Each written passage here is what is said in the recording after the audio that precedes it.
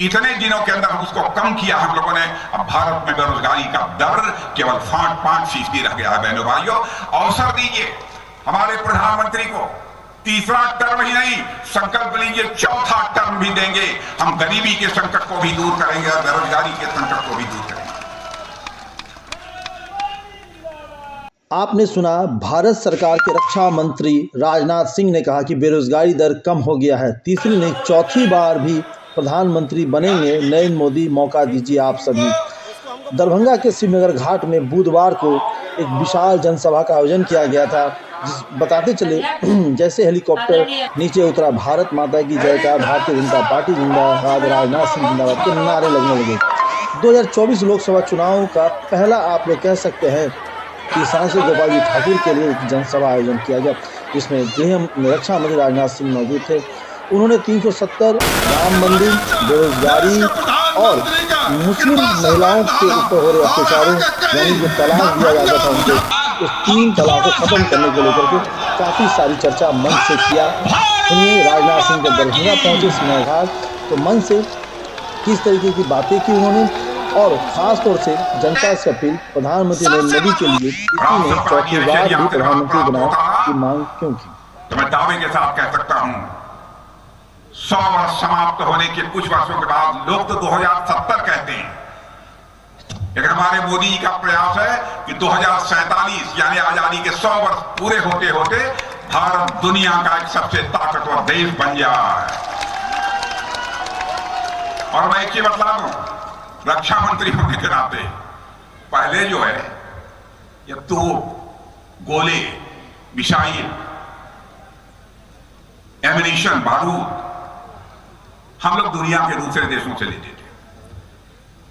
मोदी ने कहा कि राजनाथ जी बहुत हो गया, कब तक हम दुनिया के दूसरे देशों से लेते रहेंगे। भारत को रक्षा के मामलों में आत्मनिर्भर होना चाहिए। मैंने कहा मोदी जी बात पक्की। कहा कि तो गोले, सारे प्लेटफॉर्म्स, टैंक भारत की धरती पर बनने चाहिए, भारतवासियों के हाथों से बनने चाहिए। हजारों चीजों पर हम लोगों ने प्रतिबंध लगा दिया, हजारों चीजों पर मैंने लिस्ट जारी कर दी, प्रतिबंध लगा दिया। चाहे जो कुछ भी हो जाए, हम दुनिया के दूसरे देश से नहीं खरीदेंगे, हम इसे भारत की धरती पर बनाएंगे, भारतीयों के हाथों। और आज आपको जानकर खुशी होगी, गौरव की अनुभूति होगी, जो भारत दुनिया का सबसे बड़ा इंपोर्टर, यानी दुनिया के दूसरों से यह सब रक्षा संबंधित साजो सामान आयात करने वाला भारत था, आज वह भारत 20,000 करोड़ रुपए से ज्यादा का निर्यात कर रहा है, एक्सपोर्ट कर रहा है भारत। यह है भारत। हर मामले में भारत आत्मनिर्भर बनेगा मेरे बहनों भाइयों। आज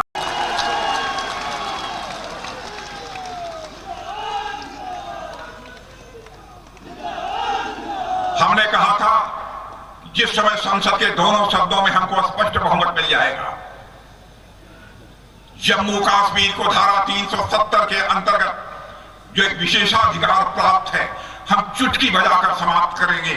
और आपने देखा कि संसद के दोनों सदनों में बहुमत मिलने के बाद चुटकी बजाकर जम्मू कश्मीर की धारा 370 को हमने समाप्त कर दिया। और जम्मू कश्मीर का आज वही दर्जा है जो हिंदुस्तान के अन्य राज्यों का दर्जा है।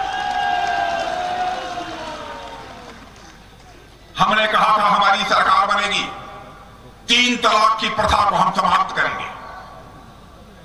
लोगों ने कहा दूसरे धर्म के लोगों के मामले में आपको हस्तक्षेप करने का क्या अधिकार है? बहनों भाइयों, हमारा भारत एक है, हमारा भारत अखंड है। हम पूरे भारत में रहने वाले लोगों को अपना परिवार का सदस्य मानते हैं, चाहे वह हिंदू हो, मुसलमान हो, ईसाई हो, पारसी हो, यहूदी हो। हम टुकड़ों में बांटकर समाज को देखने की आदी नहीं है। हमें लगा भले ही वह मुस्लिम धर्म को मानने वाली हमारी बहन हो, मां हो, चाहे किसी भी धर्म की मानने वाली कोई बहन और मां हो, बहनों भाइयों, वह हमारी भी बहन है, हमारी मां है।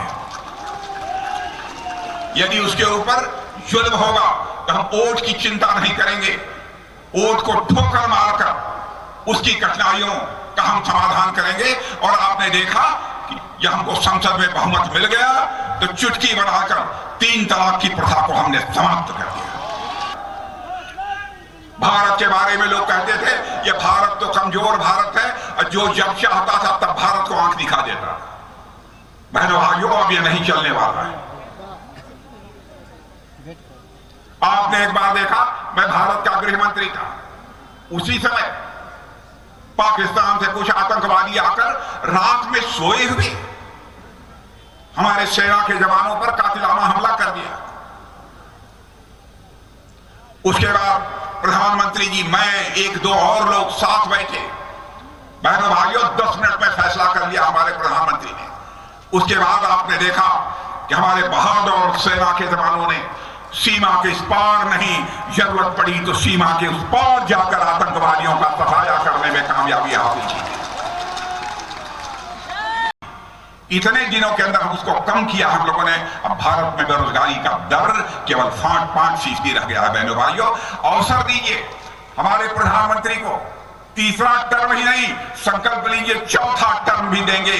हम गरीबी के संकट को भी दूर करेंगे और बेरोजगारी के संकट को भी दूर करेंगे।